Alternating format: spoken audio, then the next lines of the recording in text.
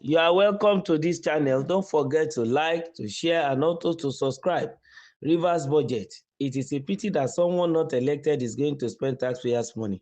Ekpele knocks Tinubu. The chief executive officer of TAF Africa, Jake Ekpele, has faulted President Bola Tinubu for presenting the 2025 budget of Rivers State to the National Assembly. Nigeria News reported that Tinubu had on Thursday submitted the 2025 operation bill for Rivers State to the National Assembly for consideration following the suspension of the state's House of Assembly. In a letter addressed to the Senate President, Senator Godswill Akpabio, the 1.481 trillion proposed budget has major allocations as aimed at revitalizing key sectors. However, in an interview on China's television breakfast show, The Morning Brief, on Friday, Ekpele said Tinubu's action marked the first time in Nigeria's democratic history that the sitting president presented a state budget. Ekpele said it is worrisome that Tinubu has edged himself on the wrong side of history. According to him, such action was executive overreach without legal or democratic justification for it. Ekpele revealed that there was initially an attempt to get the sole administrator to present the budget, but public scrutiny over its legality forced a change of strategy. He further questioned the integrity of the process, adding it is a pity that someone not democratically elected by the people of the state will spend taxpayers' money.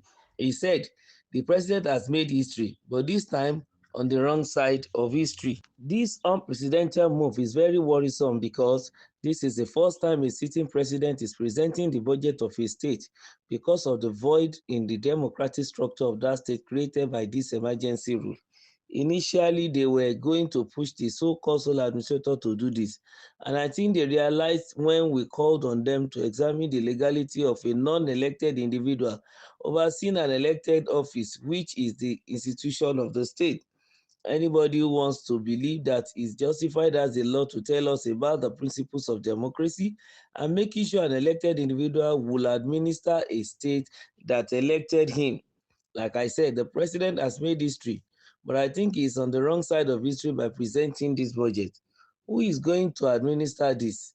An individual not elected by the people is going to spend the people's taxpayers' money. This is where we are, and it's a pity the good people of Rivers State are bearing it. Do they really have any choice?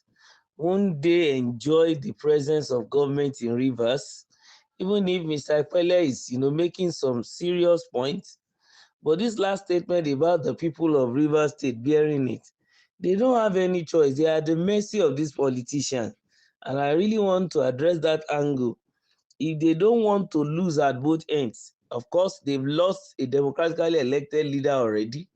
They've lost the democratically elected house. Now, should they also lose budgets? Should they also lose good economy?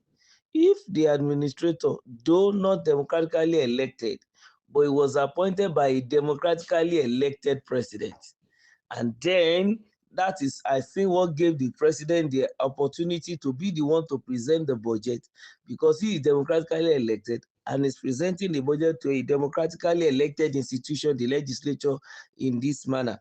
Now, on his behalf, the sole administrator, can liken him to the minister of state, like what Wike is doing in the Federal Capital Territory, that is administering that territory on behalf of the president, even though the president is seated there. And even the budgets too, of course, he has to go through the office of the president before the president now asks him to take it before the Senate, committee on FCT, then who now will now present it before, of course, the National Assembly. But the point is this, that what the president has done is making history, but this time on the wrong side of history. I think it's left for the people in law to come and give us the interpretation. But we are thinking that it seems it may be the same way. If a minister is taking care of the Federal Capital Territory on behalf of the president, I think he can always appoint somebody because of what constitutional allowed anyway. Because it's not that I'm trying to watch brief for the president. We're just logically thinking and reasoning the situation out. That now that, let's say, we have in reality there is need for a state of emergency and it has occurred in a particular state, and they need to present, of course, to present budget and to spend money, and to spend the money for the state, they need the financial instrument. I think the onus lie on the president to make sure that monies are available even for the administrator to spend for the state, or else the economy of that state will go down. We shouldn't forget that Rivers State is very pivotal, very important when it comes to the economy of Nigeria. We are still to a large extent operating a mono economy. We are still dependent fully on oil. The other sectors are yet to properly evolve. And as a result of that, the president doesn't want to joke about it. So he's trying to do everything within the purview of his power to make sure that what ought to be done to keep economic activity flowing in Rivers State must be done, because it's very, very important. If at the end of the day that the land chunk of money that used to come into circulation through the government coffers by paying of salaries and issuing out contracts to contractors and some other expenses, all this, if they are not there, thereby making money to be in circulation, is going to affect the economy of Rivers State, which in turn might have a ripple effect on the economy of Nigeria, because more investors will keep coming, especially into the oil and gas sector.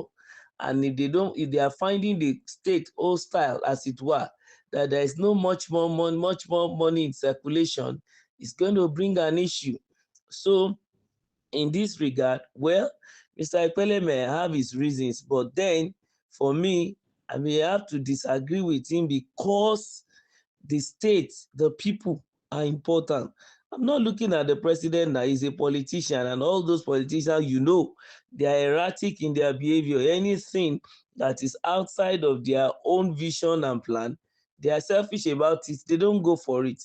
But the people who will bear the brunt, like Mr. Ekpele said, it is the taxpayers' money. This money is from them. So if they will now stand aloof for a whole financial year and not be spent back into the system, I imagine what is going to happen to a lot of contractors, a lot of civil servants, and a lot of other people who work with the contractors, even those who sell at their sites. So I think for the sake of the people of Rivers State, I think the president is not on the wrong side. And I also believe that, of course, he also listened to Voice of Freedom. Maybe that's why he did not allow the sole administrator to present the budget. But we are still waiting for learned fellows to come out, good lawyers to interpret the whole matter. Thank you for listening. Don't forget to subscribe. Make sure you like and please share.